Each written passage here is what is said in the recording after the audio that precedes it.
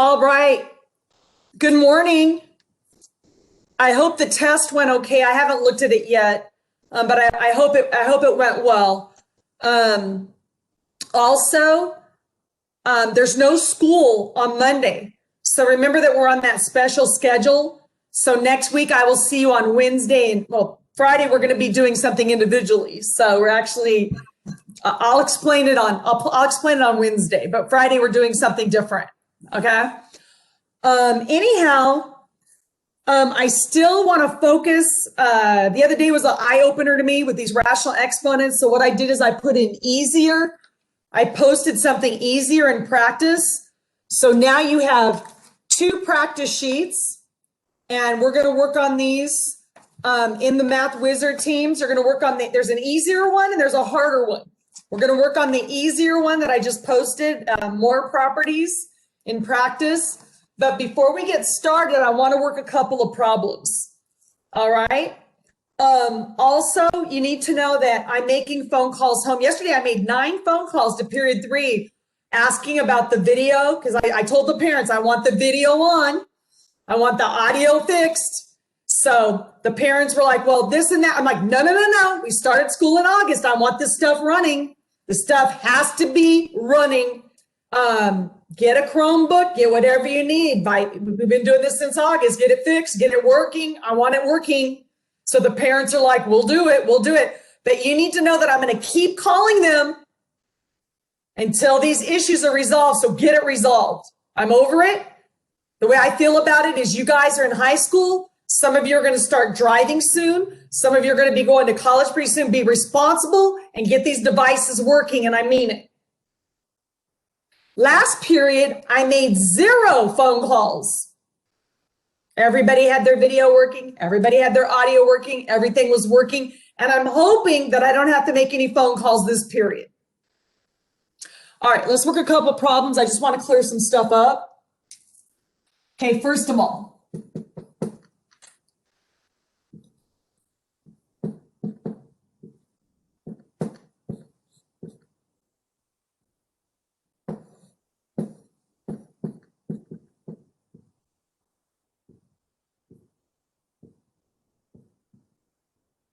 this is a product. So you're not looking for like terms. And you need to get really used to using the quotient property. So I'm going to show the quotient property. I'm going to show the product property, but yeah, you use this one a lot. So first of all, the 2/3 just floats down. And you see those y's? You see how they have positive exponents? Just do it in your head. You have 5y's over 2y's. Just cancel them in your head. Put a y cubed on the top. Now, if these were switched, you would cancel 2 on the top and 2 on the bottom, which puts your y cubed on the bottom. So just use common sense for positive exponents. For negative exponents, the rule says, the quotient rule, it says to keep it on the top and subtract the exponents. And this is where people are going to mess up. So students are going to write -3 minus 5. It's not -3 minus 5. It's -3 minus a -5. And the z is 2 minus a -9. Don't mess it up.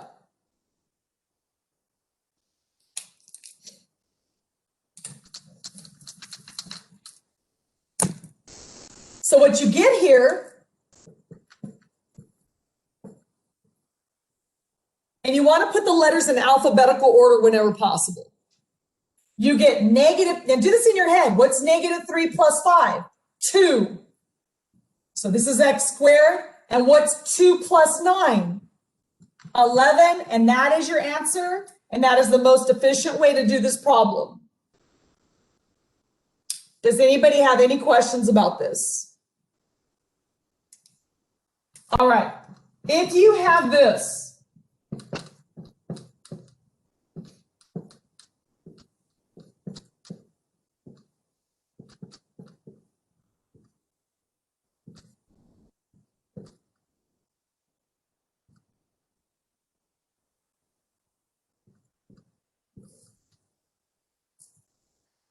a product, you guys. You're not looking for like terms.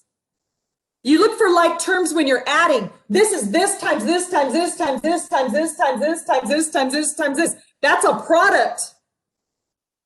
So what you do is you put the numbers in front. This would be 12 times 2 is negative 24. And then you multiply monomials with the same base by adding the exponents. So this would be 1 plus 3 is 4 minus 2 is 2, isn't it? Isn't 1 plus 3, 4 minus 2 is 2? And then the y's are 1 minus 8. 1 minus 8. 1 minus 8 is negative 7, isn't it? And by the way, I never said to flip negative numbers. I said to flip negative exponents. So this negative 24 stays on the top, the x squared stays on the top, and he goes to the bottom and becomes positive, and that is the most efficient way to do that problem.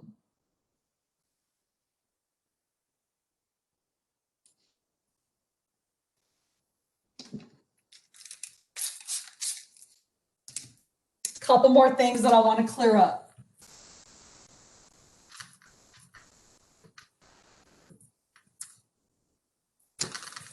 Okay, check this out.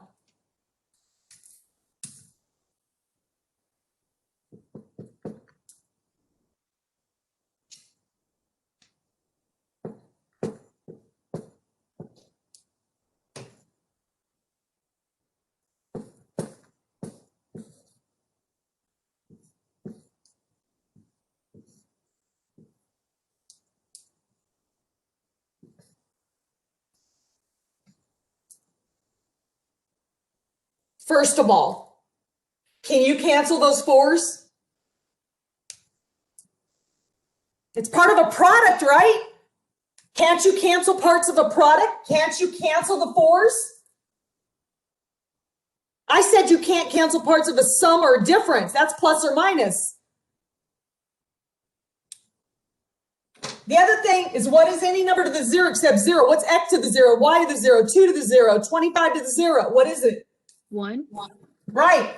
So 5 times 1 is just 5. Don't put the 1 in there. So wouldn't this be 5x squared over y?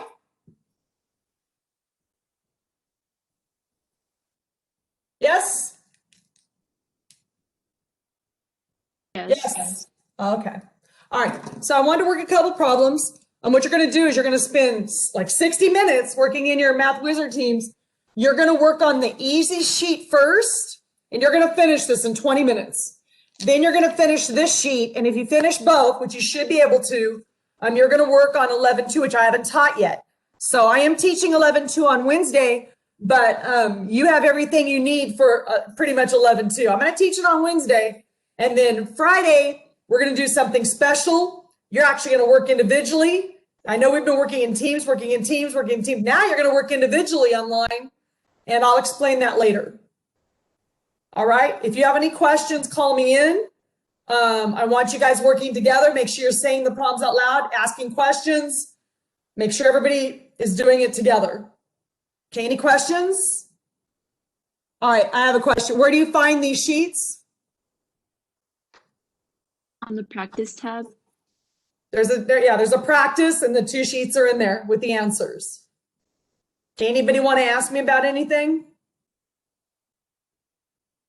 All right, now you realize that we're going to be doing this with fractional exponents. So it's going to get way harder real quick. So you have to know how to do this like really good, okay? Like I said, the product property you're going to use a lot, and the quotient property where you subtract the exponents, you use that a lot.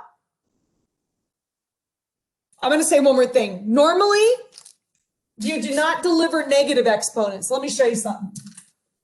One more thing.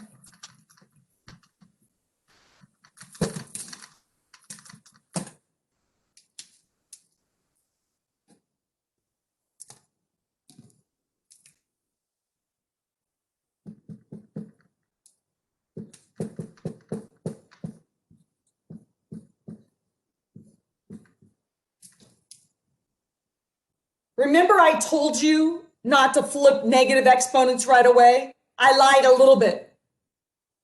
If you have a quantity, I don't want to deliver a negative exponent to 2x and y. I don't want to deliver a negative exponent. That's the last thing I want to do. So if you have something like that, what you're going to do is you're going to flip the quantity to the bottom, make it positive right away, then deliver the power. So now, when you deliver the power, you get 2 cubed, x cubed, y cubed,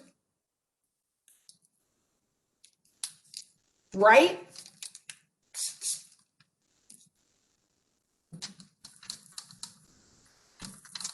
And somebody last period said, Ms. Birch, don't you want to subtract the exponents? No, because I'm going to have to flip.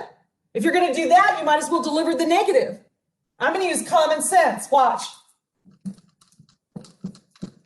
I'm going to cancel an x on the top and cancel an x on the bottom, and I get an x squared on the bottom, don't I?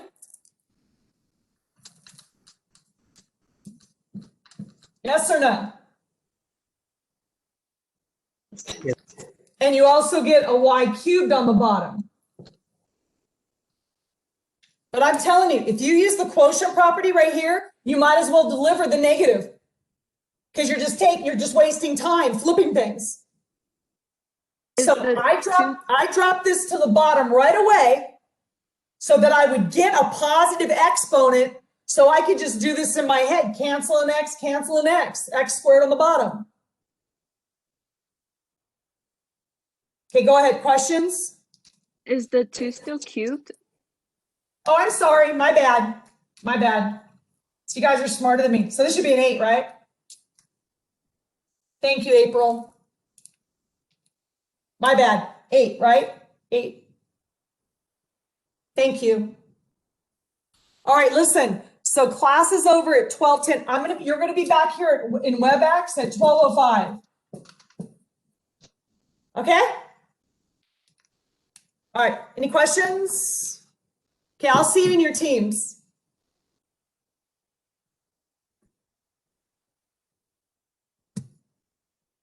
All right, and we're back. Okay, guys.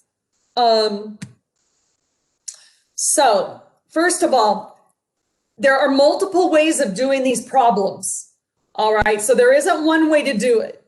So you're fishing for the best way, the most efficient way to do it, but there's not one way to do it. And sometimes you may not do it the most efficient way, but you're trying to do it the most efficient way by using some of the things I've said, like use the product property, use the quotient property. Don't flip negative exponents in general till the end. All right. But there isn't one way to do it. Okay, now, before we leave, does anybody want me to work a problem, or does anybody have a question about something? Could you do number 15?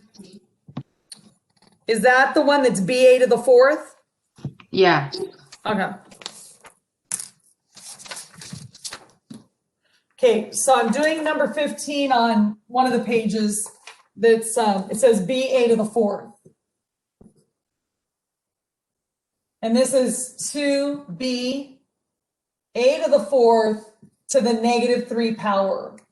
Now, with math etiquette, usually you put things in alphabetical order. So A, B, C, D, E, F, G. So I'm going to be writing my answers probably better than this sheet. I don't want to deliver a negative exponent. So this is a case where I'm going to flip this quantity. So, and I'm going to write this as a to the 4th b because I'm putting it in alphabetical order already. So what you want to do is you want to say 2 a to the 4th b to the +3 power. And if you notice, by me doing that, I don't have any negative exponents. So watch.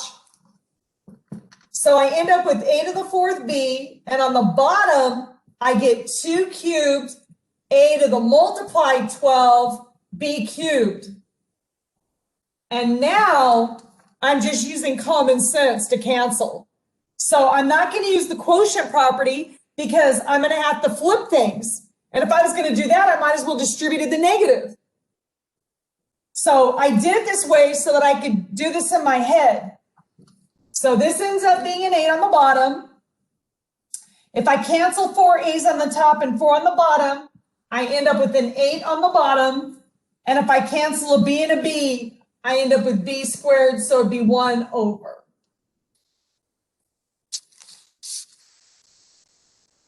And this is probably the best way to do it. It's definitely one of the easiest ways to do it. But did you follow what I did? Yeah. I wrote my answer, but they didn't put it in alphabetical order. My answer looks better than theirs. So this is how most books would look. Just like this. But you see what I'm saying, right? That I don't want to deliver a -3 to a 2, a B, and I don't want to deliver a negative.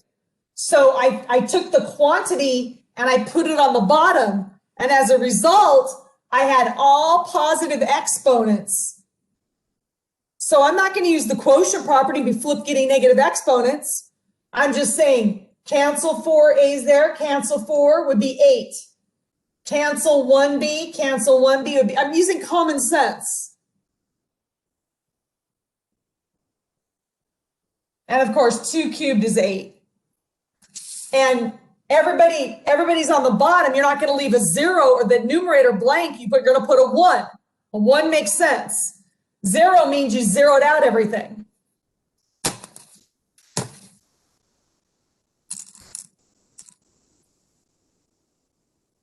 All right, does that help? All right, listen.